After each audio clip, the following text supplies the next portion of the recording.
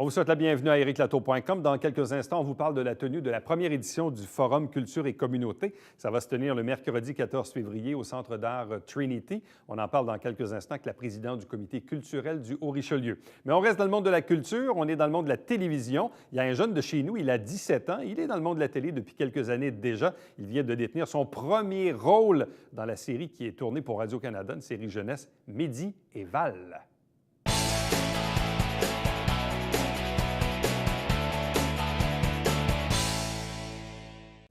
C'est un premier rôle pour Clifford Leduc Vaillancourt dans une série à Radio-Canada.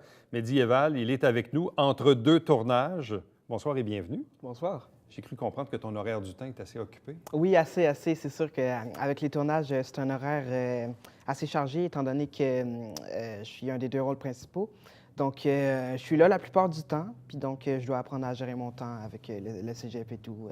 Bon, parce que là, tu es au cégep, mais à temps partiel. Oui. Ici, au cégep Saint-Jean. Tu as fait tes études au secondaire à Marguerite-Bourgeois puis à Joséphine d'Endurant. Mais explique-nous un peu comment cette opportunité-là est arrivée à toi dans les derniers mois ou dans les dernières années. Qu'est-ce qui t'a destiné à finalement obtenir ce rôle-là aujourd'hui? En fait, je venais de finir ma dernière production, qui était Les Argonautes à Télé-Québec. Ouais. On a fini, on a fait une petite série web en septembre 2016. Puis, entre ça et mai 2017, ça a été vraiment comme un vide. La première fois où est-ce que j'avais rien dans ma carrière. Puis, c'est ça, mon agente cherchait des rôles, puis... il y a eu rien pendant quelques mois. Puis finalement, en février de 2017, j'ai commencé à passer des auditions pour différents rôles. Puis il y avait une nouvelle série pour Radio-Canada qui cherchait dans le public et dans les agences des jeunes pour faire partie de la nouvelle série qui allait être médiévale. Puis j'ai passé deux auditions, une audition à Montréal et l'autre à Ottawa, où la série est tournée. Puis c'est après la deuxième audition qu'ils m'ont dit que j'avais eu le rôle. Bon, et j'imagine que tu étais bien heureux de c'est la sûr. chose, parce que c'est tout un processus. Les auditions, il y a toujours un certain stress par rapport à ça. Puis là, on se dit, bon, est-ce que j'aurais pu faire mieux, faire pire? Finalement, tu sais, on est un peu tributaire de ce qu'ils vont décider. Ouais. Et là, quand tu as reçu l'appel pour te dire, oui, c'est toi... C'était quoi ta réaction? J'étais fou de joie. J'étais vraiment content d'avoir enfin un contrat. C'était ça que j'attendais, là. Puis ça m'a permis de continuer ma carrière. Puis ça a été vraiment une belle opportunité, ouais. Bon. Qu'est-ce que ça exige comme tournage? Tu dis les tournages, premièrement, sont à Ottawa, donc ça exige des déplacements. Mais au-delà des déplacements, qu'est-ce que ça demande en termes de durée, de journée de tournage? C'est des grosses journées. Je pense que c'est pas mal les plus grosses journées que j'ai fait à date. La plupart du temps, c'est des 12 heures, donc de 6 heures le matin à 6 heures, c'est peut-être des fois 6 heures et demie le soir. Et là, jusqu'à date, vous avez eu combien de journées de production? On a fait la première saison. On a commencé en mai de l'année passée. On a fini à mi-septembre. C'est beaucoup d'épisodes? Oui, en fait, pour la première saison, on a fait 33 épisodes. Là, pour la deuxième et troisième saison qu'on tourne cette année, on en tourne deux, la première partie, c'est 33 épisodes aussi, donc là, on va voir le double, donc 66 épisodes. Bon, et ça, c'est une série qui sera diffusée ou diffusée, dans le fond, quasi quotidiennement? Ou, Oui, en ce moment, là, la série a commencé depuis le 7 janvier. Ouais. Ça passe la fin de semaine à 8 heures le matin, samedi, dimanche. Puis en septembre, ça va devenir une quotidienne. Voilà. Donc, ouais, c'est ça. Okay. Donc là, en ce moment, les samedis, dimanches à Radio-Canada, donc 2 par semaine. 2 par semaine. OK, jusqu'à écoulement des 33, j'imagine. Ouais. Et là, après ça, vous allez tomber dans un cycle de quotidienne. Oui, donc je pense que c'est pour ça qu'on tourne 2 fois plus d'épisodes, Aïe, aïe, aïe. parce qu'on double le nombre d'épisodes. En fait, c'est une quotidienne, mais c'est 4 jours semaine. Et c'est quoi le rôle? Le rôle, moi, j'incarne le rôle de Mehdi, qui est un garçon âgé, c'est un peu ambigu l'âge, âgé environ, je pense, de 11 à 13 ans, disons. Okay. Puis c'est Est-ce qu'ils t'ont choisi parce que tu avais l'air jeune? Probablement que oui. Okay. Ça m'avantage dans le milieu d'avoir l'air jeune parce que je peux avoir des rôles... je pense que ce qui m'avantage, c'est que j'ai l'air jeune, mais que j'ai l'expérience d'un plus vieux. Okay. Donc, je pense que ça avantage... Donc, c'est un jeune qui a entre 11 et 13 ans. Puis Ouais. c'est quoi le personnage de Mehdi? C'est un garçon qui est qui aime l'aventure, qui tripe sur le Moyen Âge. Donc, quand il se retrouve comme par magie au Moyen Âge, il tombe en amour avec les paysages, avec les gens d'autrefois, avec le Moyen Âge, en fait. OK. Puis c'est un garçon avec beaucoup d'énergie. Il se met souvent les pieds dans les plats, mais il trouve toujours une façon de s'en sortir. Puis, Et c'est quoi le fil conducteur de la série? C'est quoi l'histoire derrière les personnages et la série en tant que telle?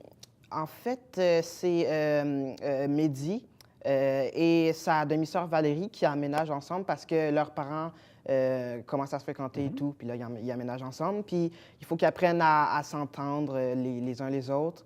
Puis à un moment donné, la mère de Valérie leur a acheté des épées antiques qui viennent du Moyen Âge. Donc là, on les voit, ils jouent avec un peu. Puis tout à coup, comme par magie, ils font une série de mouvements, puis ça les transporte au Moyen Âge. OK.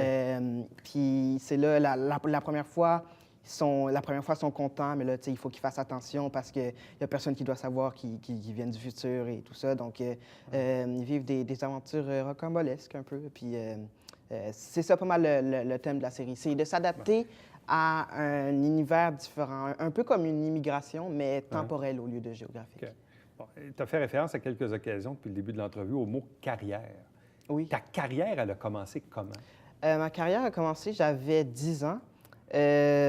En fait, depuis l'âge de 6 ans, je disais à mes parents que je voulais être dans la télé, que je voulais être...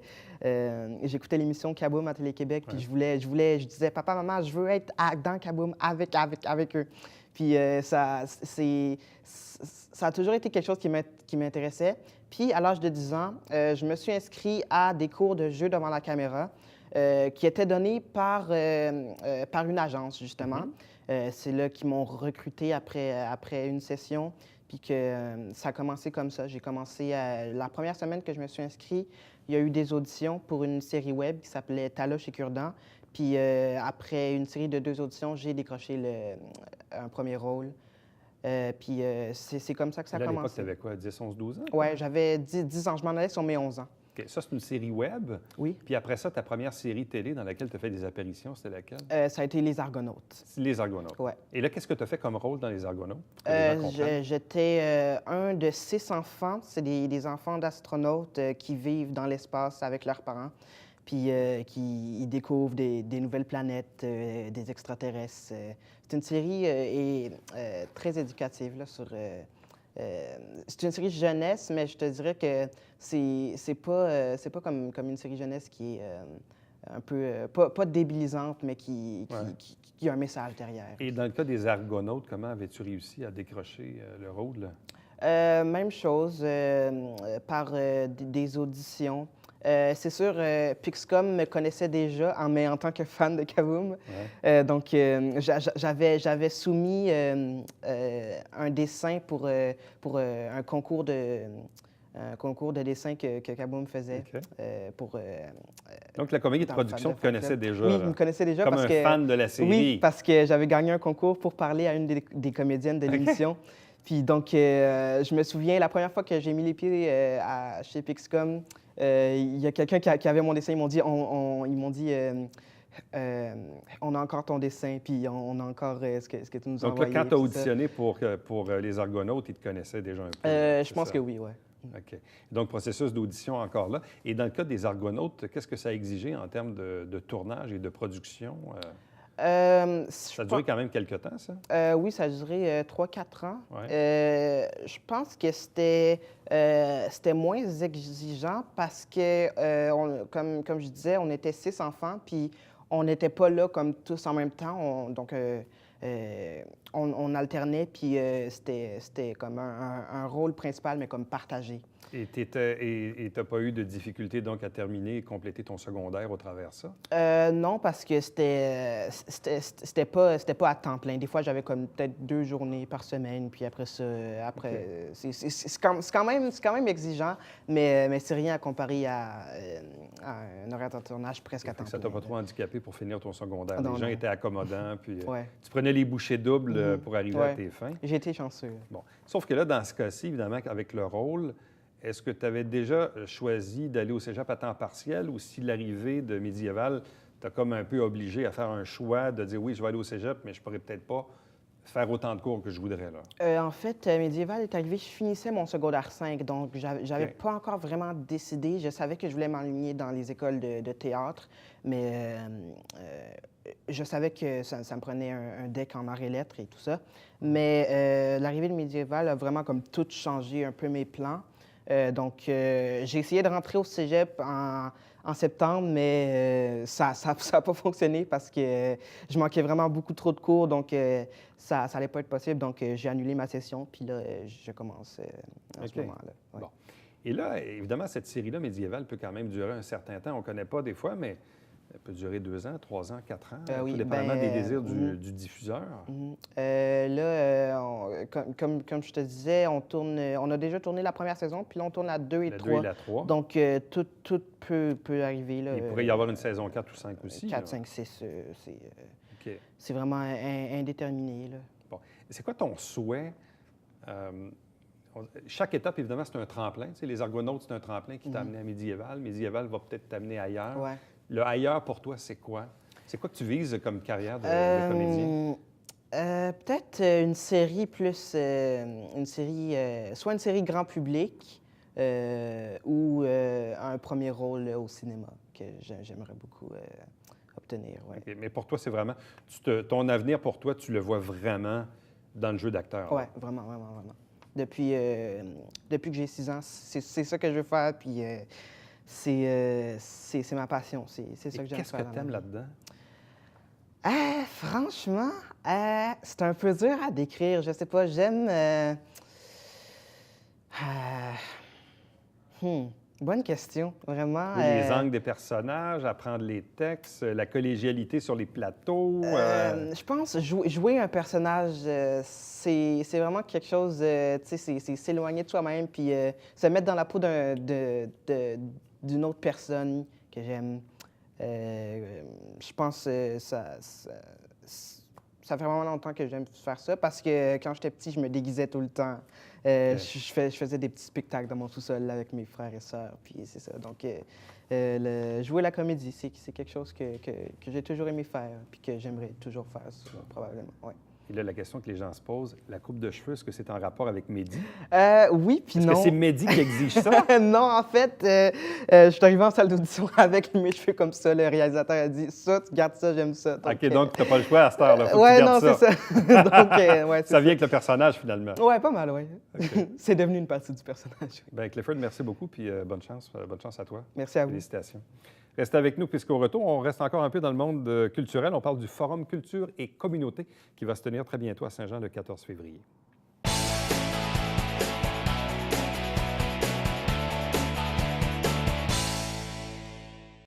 Mesdames et messieurs, bonjour et bienvenue à la Justice entre nous. Mon nom est Serge.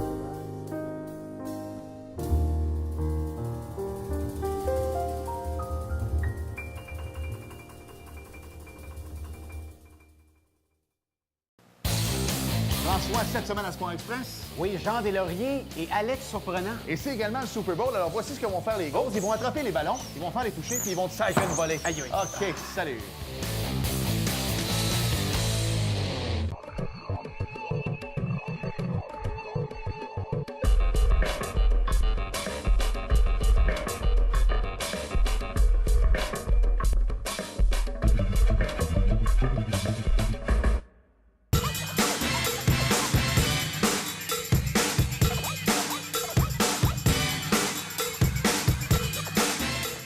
Dimanche, 9h30, Télé Bingo, on vous attend.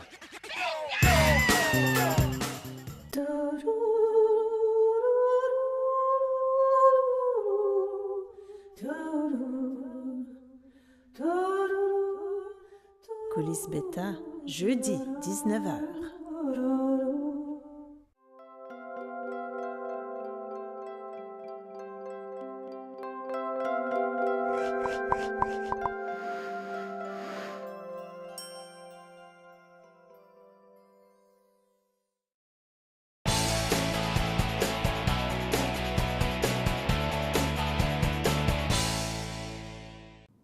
mercredi, le 14 février à 9h15 au Centre d'art Trinity, dans le secteur Iberville. C'est le Forum Culture et Communauté. Avec nous pour en parler, la présidente du comité culturel du Haut-Richelieu, André Bouchard. Bonsoir et bienvenue. Bonsoir. Une question un peu, juste en guise d'introduction. C'est quoi le comité culturel du Haut-Richelieu? Qui sont ces gens-là et qu'est-ce qu'on y fait au juste? Le comité culturel du Haut-Richelieu, c'est un comité pour la concertation des intervenants culturels et la mobilisation dans le Haut-Richelieu. Pendant presque une vingtaine d'années, on était consultatif au Conseil économique du Haut-Richelieu, CLD. Oui. Mais en 2015, après que le Conseil économique ne se soit plus occupé du volet culturel, puis même il a été démantelé à ce niveau-là, on s'est incorporé parce qu'on avait maturé ensemble les intervenants, puis il n'était pas possible pour nous d'envisager de ne plus se concerter. Alors, le comité culturel est composé de membres associés, comme représentants de la SPEC, représentants de la Société de développement du Vieux-Saint-Jean, Action Art Actuelle, Arto, le Musée du Haut-Richelieu, CIM, et de membres partenaires comme la Commission scolaire des Hautes-Rivières, la MRC du Haut-Richelieu, la Ville de Saint-Jean-sur-Richelieu et le Conseil économique du Haut-Richelieu. Puis il y a des artistes aussi avec nous. Et qu'est-ce que la concertation et où la mobilisation apporte comme bénéfice depuis la création du comité? Premièrement, on a appris, tous les organismes culturels, on pourrait travailler chacun de notre côté à développer notre offre de services et notre propre clientèle, mais on a travaillé ensemble en sachant que les uns et les autres, on a des offres de services complémentaires. Alors, c'est ça que ça donne. Puis, plus il y aura de lieux culturels, plus on sera capable d'attirer la clientèle dans nos espaces.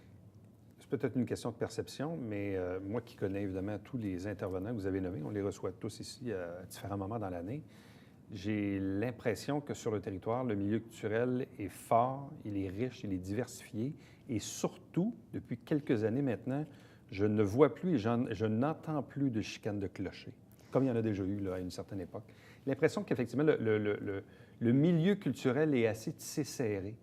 Et personne ne se voit le compétiteur de l'autre. C'est comme si fini ce temps-là. Vous avez raison, puis c'est pas par prétention, mais je pense que c'est le fait de travailler ensemble à une table de concertation qui donne cet effet-là. On échange, on partage nos idées, on a des projets en commun, Ouais. on en développe. Alors, c'est ce que ça donne, la concertation. Bon. Quel est cet événement qui est le Forum Culture et Communauté? Écoutez, le Forum Culture et Communauté, le principal thème, c'est la médiation culturelle. On parle de médiation culturelle depuis maintenant, ça a commencé au début en 1960, entre autres, mais ça fait peut-être une vingtaine d'années qu'on en entend plus parler. La médiation culturelle, c'est une démarche de s'approprier la culture pour tous les gens dans la société. C'est un processus social qui fait qu'on cherche à diminuer les perceptions sur la culture auprès des gens de la communauté, auprès des entreprises aussi. Cette année, on organise un forum culture-communauté parce qu'on est conscient que dans la communauté, dans les organismes communautaires, entre autres, il y en a des projets culturels qui sont des histoires à succès. Comme dans les organismes culturels, il y a des gens de la communauté qui participent. Vous avez demandé au nouveau maire, Alain Laplante, d'assumer la présidence d'honneur. En quoi, pour vous, c'est important que le maire, oui, mais que la Ville soit aussi donc partie intégrante là, de cette activité-là? Il faut savoir que l'exercice autour de la médiation culturelle, ça fait partie de l'entente de développement culturel entre la MRC, la Ville de Saint-Jean-sur-Richelieu et le ministère de la Culture. C'est important pour nous c'était important de partager entre le milieu culturel et le milieu de la communauté. Et oui, on a un nouveau maire qui est en poste et on sait qu'il a un intérêt à développer les liens entre les organismes dans la région. Bon. On parle aussi forcément d'argent quand on parle de culture parce que ces organismes-là, En fait, les événements, les activités, dans certains cas, génèrent aussi des retombées économiques quand même assez importantes. Mais en même temps aussi, ces organismes-là vivent à divers niveaux de fonds, de subventions. Est-ce que ça aussi, ça fait partie des discussions? Ça fait partie des discussions, mais ce que je peux dire à ce niveau-là, c'est que durant la journée du Forum Culture Communauté, il va y avoir une annonce de subventions pour les projets qui vont être développés en partenariat entre les organismes communautaires et les organismes culturels. Une somme d'argent qui fait partie de l'entente de développement culturel. Et ça va être annoncé dans l'après-midi lors du forum. Et quelle est la provenance de cet argent-là? Ça vient du ministère de la Culture, de la MRC et de la Ville de Saint-Jean-sur-Richelieu. Donc, les trois paliers. Oui, absolument. Bon. Le ministère a apparié une somme. Est-ce que c'est la première fois qu'on tient un événement de cette façon-là, le Forum Culture Communauté? C'est une première? Oui, c'est la première fois. Et cette année, on était surtout axé sur nos organismes communautaires parce qu'évidemment, on veut vraiment diffuser ce qu'est la médiation culturelle, puis que les gens, ils en font déjà sans savoir que c'en est. Puis on veut aussi développer des nouveaux partenariats. Mais on envisage évidemment une phase 2 au forum parce qu'on aimerait y adjoindre aussi des entreprises de la région. Parce que de la médiation culturelle, ça se fait en communauté, mais ça se fait aussi en entreprise, puis il y a des beaux succès. Bon, l'animateur de cette journée est un spécialiste en médiation culturelle, Michel Vallée. Oui. Donc, qui est-il au juste? D'abord, c'est une sommité en médiation culturelle. Tout le monde parle de médiation culturelle. Et lui, il a été témoin de plusieurs histoires de médiation culturelle. Il est le directeur du service des loisirs et culture à Vaudreuil-Dorion. Et il a fait plusieurs conférences, même à l'international. Il a déjà été directeur de musée, évidemment. Il a fait la filière de plusieurs organismes culturels. Mais c'est lui qui va donner la conférence d'ouverture. Bon. Et c'est pas banal non plus parce que vous tenez cet événement-là dans un lieu fort inspirant, nouveau et ancien à la fois, qui est le Centre d'art Trinity dans le secteur Iberville. Et il y a une symbolique là-dedans aussi, non? Oui, il y a une symbolique. Il y a une symbolique parce que, évidemment, oui, le Centre d'art Trinity, c'est un lieu culturel et c'est un lieu qui accueille plusieurs organismes culturels, plusieurs événements culturels. Puis il y aura aussi à ce moment-là, les murs de Trinity sont toujours ornés d'œuvres d'artistes. Bon. Les personnes intéressées ont jusqu'au 9 février pour se manifester. Donc, c'est 10 incluant breuvage, dîner, collation. Donc, les gens peuvent soit aller en ligne, l'adresse est à l'écran en ce moment, ou le numéro de téléphone. Donc, qui sont ces gens qui doivent se sentir interpellés par le Forum Communauté, Culture Communauté? Les artistes, les gens qui font partie des organismes communautaires et les gens des entreprises culturelles, des organismes culturels. Et je pense qu'il y a plusieurs personnes qui se sont déjà senties interpellées parce que la vente de billets va très bien. Quelle est la capacité maximale? Peut-être une centaine de personnes, mais dépendamment évidemment du nombre de personnes, on va aménager la salle pour que ce soit convivial parce qu'il y a un moment d'échange entre les organismes qui est prévu en fin d'après-midi. Puis d'ailleurs, on demande aux personnes qui vont représenter des organismes communautaires ou des organismes culturels d'amener les dépliants parce qu'on veut se servir de cette journée-là comme une journée de réseautage. Bon. Et pour vous, ça sera quoi un peu la finalité de cette journée-là? Ou quel est l'objectif recherché là, en bout de course là, dans 2 mois, dans 6 mois, dans 1 an? Bien, l'objectif, c'est qu'on connaît actuellement des projets de médiation culturelle entre certains organismes communautaires et des organismes culturels. Puis on aimerait ça qu'il y en ait plus que ça, qu'il y ait des nouveaux mariages qui se fassent entre les organismes. Bon. Et donc ça, pour vous, ça va être porteur pour l'avenir? Absolument. C'est porteur, puis ça développe les clientèles, puis ça développe aussi la façon de faire des artistes puis des organismes culturels. Autrement dit, c'est à force de se parler qu'on se comprend. Absolument. Dans ça, comme dans le comité culturel. Ça aide dans les 2 cas. Absolument. Bon. Donc, les informations sont à l'écran en ce moment, donc inscription en ligne ou encore le numéro de téléphone. Donc, on le rappelle, jusqu'au 9 février pour vous inscrire à la tenue de ce premier Forum Culture et Communauté qui se tient le mercredi 14 février dès 9h15 le matin au Centre d'art Trinity. Est-ce que c'est comme toute la journée? de 9 h à 15 9 h. à 15. Puis j'en profite aussi pour dire que c'est pas banal que ce soit la journée de la Saint-Valentin. Bien, c'est ça, je me demandais si C'est c'était pas un une hasard. banalité. Ou... Non, c'est pas un hasard. ouais. On a choisi la date parce que les histoires à succès de nos organismes, il y a des histoires d'amour aussi là-dedans. OK, donc vous voulez forcer l'amour cette journée-là? Absolument. C'est bien ça. Bien, merci beaucoup. Ça fait plaisir. Reste avec nous puisqu'au retour, on vous présente la conclusion de l'émission.